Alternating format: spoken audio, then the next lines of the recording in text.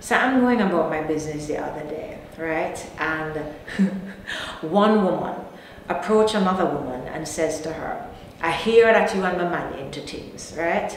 The other lady says to her, yes, and what? And please believe a proper fight ensued between both ladies.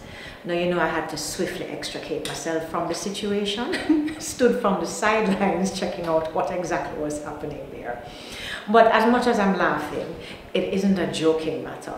I have seen this thing happen too many times. Women trolling other women on social media, throwing shade because of the assumption, or even, you know, having confirmed that this woman is involved with their significant other.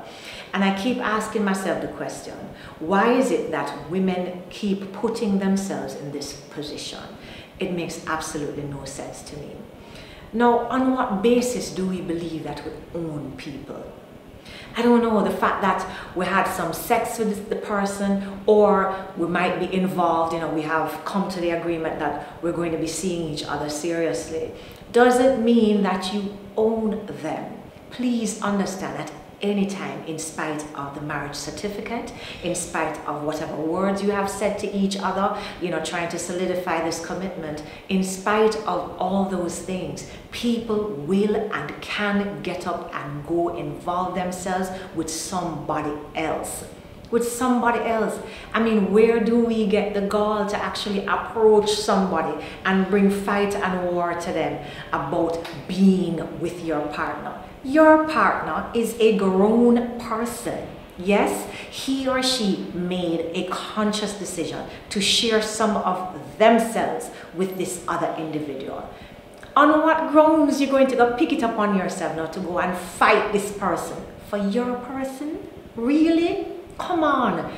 We have to review the way that we look at relationships. We have to take stock. It is a brand new year, brand new, 2019. When I was a picnic, I never did feel say I would have grown to say 2019. But here I am looking at 2019. And I would like for us to initiate this thing I call Operation Get a Life. Make it sink. Make it sink a little bit. What I am saying is this: when you start to preoccupy yourself with all the things that you are in control of, then there is no way under God's sun you're going to find it in your headspace to take up your phone to approach another woman. Yes, whose fighting skills you know nothing about. That is a completely different conversation. And go accost her about your man. He can't possibly be your man if it is that he's busy sharing himself with somebody else. I mean, as women, we need to stop and think about this thing. And I mean, really put some thought into this thing. We have to come to the realization that people choose to spend time with you. Let it sink in. People choose to spend time with you. And that time may be a month, it may be a year, it may be 15 years. But they also choose how it is that they wish to interface, how it is that they wish to interact with somebody else. And please note, that is their right. That is their right. So if your significant other is busy sharing himself or herself with more than what you can manage, then you are now faced with making a decision. Choosing, can I continue to coexist with this person? Yes, in the way that we say that we wanted to coexist. Or should I lock up shop and keep things going? And really and truly, that is the decision that you have to make. Too many of us sit here fighting people, beating off woman off of your man, beating off man off of your woman, because you figure that is what it is that you need to do in order to keep the people there. People have to choose to stay with you. They have to want to be in this relationship with you. So your job is to love with an open hand. Open. When your hand is open, the person free for go and come. When it is that they are with you, that is where they want to be. Yeah? You don't have no right for holding a big stick over nobody's head. You don't have no right for go beat the next woman who simply said yes to, you know, your significant other propositioning them. That's all they did. So for 2019, I'm saying let us revise the way that we look at relationships and understand something, that you don't own the person that you are with. They choose to be there with you. Every day that them come home, it is a choice that they make. And so in the event they choose not to come home, or they choose to go and spend some time with somebody else, then you need to choose how it is that you wish to proceed with them. But under no grounds, under no circumstances, is it okay for you to go and beat up somebody, fight and kill and all of the stupidness that we've been doing in order to secure this person to you? You can't tie people to you. You can't force them to be with you. They have to make that decision. And so the thing I want for us to look at this year is, when you're looking at your relationship, is to ask yourself, really and truly, what exactly do I want from this individual? Yeah? How is this person enhancing my life? How is this interaction making me better? And if it is that, having asked yourself these questions, you're still coming up with zero, zilch, you're coming up with all it is that they've been doing is stressing you, then release them. Release them.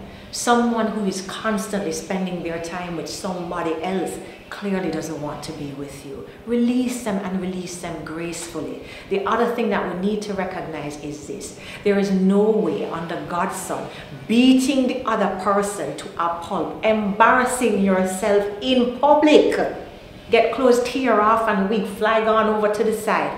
There is no way that can possibly make any sense. Absolutely no sense. You have to understand that your person chose to be with this person. You don't own them. The people choose to be with you because that's where they want to be. They're not chattel, they're not property. So it's not like the man next door, you realize that him thief your dog and you go over there for to beat him off badly for to secure the dog. That's not the case. People make conscious decisions, yeah? And they decide all by themselves that this is where they want to be. Your job is to honor that. So the next time you happen to come across some information and you feel as though your significant other is spending a little bit too much time, or he's giving too much attention to Miss Lady, or she's giving too much attention to Mr. Man, then you have a conversation with your person. Yes, your person. Your person is the only person you should be having a conversation with. Find out from them exactly what is happening. What's going on? How can we fix this? Is it something that need to fix, or is it a situation that you need to release them? Yeah? And if it is that you have come to the decision that you need to release them with love. Because the thing that we need to recognize is, people come into our lives for a reason or a season. And whenever it is that reason is done, the people then, for whatever, they have to go. Them have to go. If them come for a season, they also have to go. Whatever work it was that them was supposed to come there and do, when it is that them finish them time, they have to go. Let them and bless them, because they taught you. They're there to teach you a lesson. And the only time you will see this lesson is if you relax into it. And I understand that it is painful, letting go of somebody that you care a lot about, all of this kind of a deal. But the truth is, it is even that much more painful trying to hold on to somebody who doesn't want to be there. If we come to the place where we understand that we have to honor the people and when we have them, we have to cherish them when we have them, then it changes the dynamics of our relationship. Maybe we wouldn't take them for granted so much if we understand that sometimes the relationships are transient. Sometimes them only come for a little stoops, for a little bit. So you release them because you don't own them.